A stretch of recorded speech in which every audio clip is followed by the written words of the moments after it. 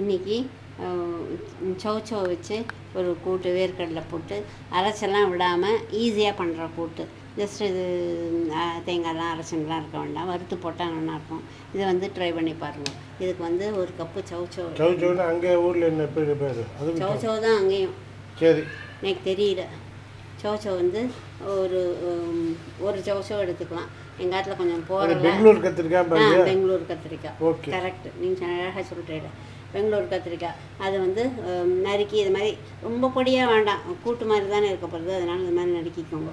நறுக்கி உப்பு மஞ்சப்பொடி போட்டு வேக வச்சு வச்சுக்கிட்டேன்.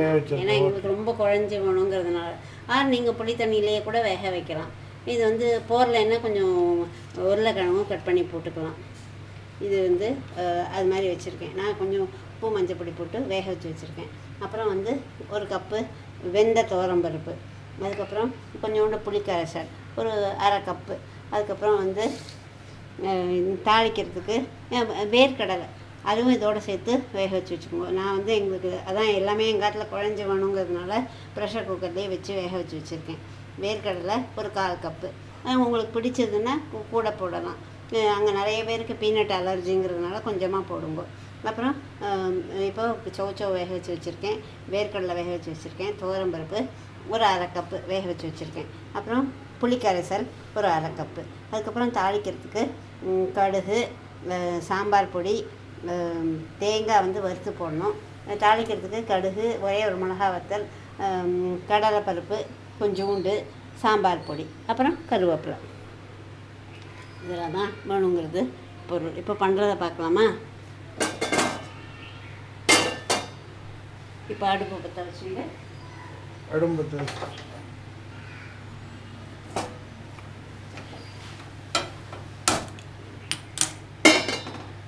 இது வந்து இது விட்டுக்குங்க. ரீஃபைண்ட் ஆயில் விட்டுக்கலாம், நல்லெண்ணெய் விட்டுக்கலாம், ரிஃபைண்ட் ஆயில் விட்டுக்கலாம். அது நல்லெண்ணெய் விட நல்லெண்ணெய் சில சமயம் கொஞ்சம் கசப்பு இருக்கும் இல்லையா, அதனால அதுக்கு பதிலாக உங்கள் ஊரில் ரிஃபைண்ட் வெஜிடபிள் ஆயில் கிடைக்கும் இல்லையா, அதுக்கு ஒரே ஒரு ஸ்பூன் விட்டுக்கோங்க. விட்டுண்டு அது சுட்ட உடனே அதில் கடுகு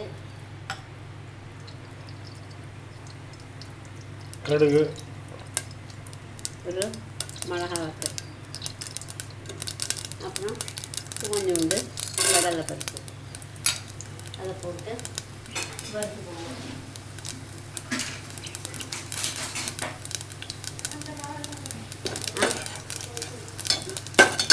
கடலைப்பருப்பு வறுத்து இந்த வெண்டைக்காயை போட்டு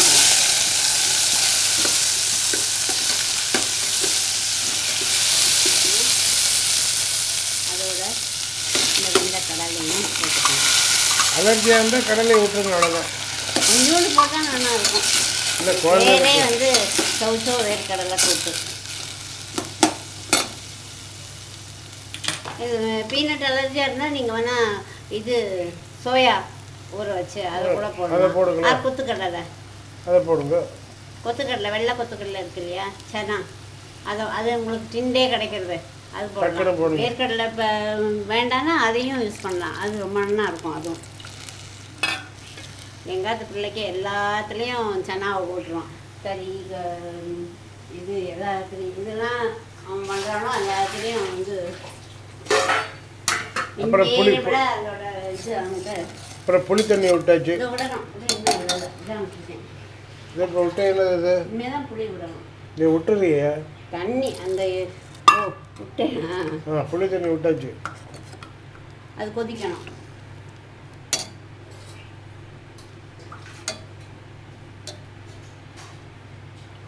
கொதிக்கணுமா? கொஞ்சம் லைட்டாக புளி விட்டால் போதும், ரொம்பலாம் புளி விடணும். உங்கள் ஊரில் பேஸ்ட் இருந்ததுன்னா அதில் ஒரு 1/2 ஸ்பூன் கரைச்சி விடுங்க போதும். அப்புறம் இது கொதிக்கிறதுக்கு தேவையான அளவு தண்ணி விட்டுருங்க. நான் புளி தண்ணி விட்டதுனால ரொம்ப தண்ணி விடலை, உங்களுக்கு வேணும்னா விட்டுக்கலாம். உப்பு போடல இன்னும், அப்புறம் தான் போடணுமா? போய் போட்டுடலாம். அப்புறம் இது கொஞ்சம் கொதிக்கும்போது கொஞ்சம் கொதிக்கட்டும், கொஞ்சம் கொதிக்க ஆரம்பிக்கட்டும்.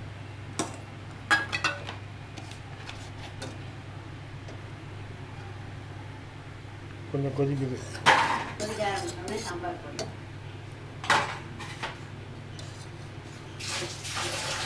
சௌச்சௌ வேர்க்கடலை கூட்டா போட்டு அங்கே கிடைக்கும் கனடாவில் இந்த இது கிடைக்காது சவுச்சவு நிறைய கிடைக்கும். இப்போ ஊரில் கிடைக்காது, இல்லை இந்த ஊரில் கிடைக்காது கூட கிடைக்குது. அமெரிக்காலாம் கிடைக்கும்.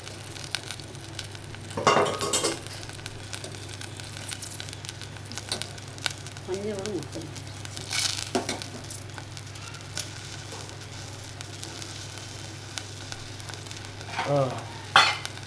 கொதிக்குது.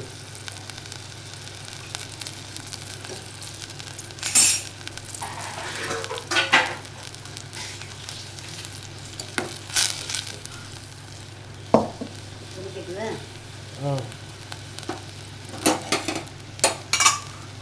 அப்புறம் கொதிக்கும்போது பெருங்காயம் போடணும். போட்டுட்டு கொஞ்சம் கலக்குங்க. ஆ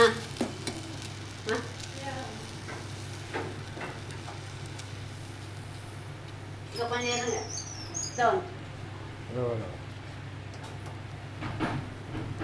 கொதிக்கும்போது தேவையான அளவு உப்பு, சாம்பார் பொடி, 1 டேபிள் ஸ்பூன் சாம்பார் பொடி,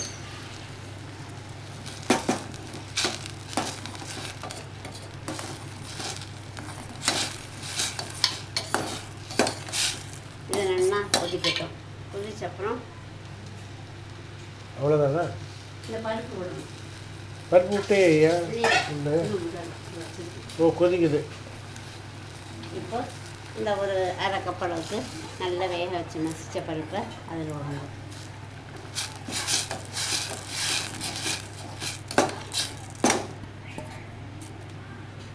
அவ்வளோதான். இதே வேறு கொதிக்கணும். அது கொதிச்சப்பறம் ஒரு கடாய் கடாய் எதுக்கு? தேங்காயை வறுத்து போட. இது கொதிச்சுட்டு இருக்கும்போது கொஞ்சோண்டு எண்ணெய் விட்டு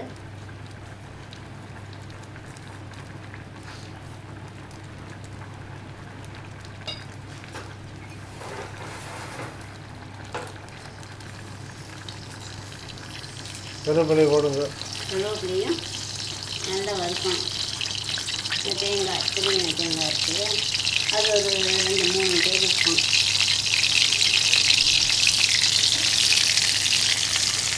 அவ்வளோதான்.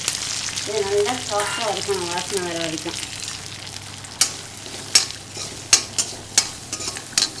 வறுத்து அதில் விட்டுற வேண்டியது. இது 1 நிமிஷம் ஆகும். ஆமாம்.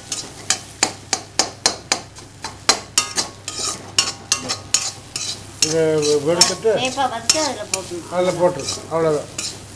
சவுச்சவு வேர்க்கடலை போட்டு நல்ல சிவப்பானோடனே அதே இந்த பிரிஞ்சு வரும். ரெட்டாக நல்ல சிவப்பாகவே ஆகட்டும். All the best.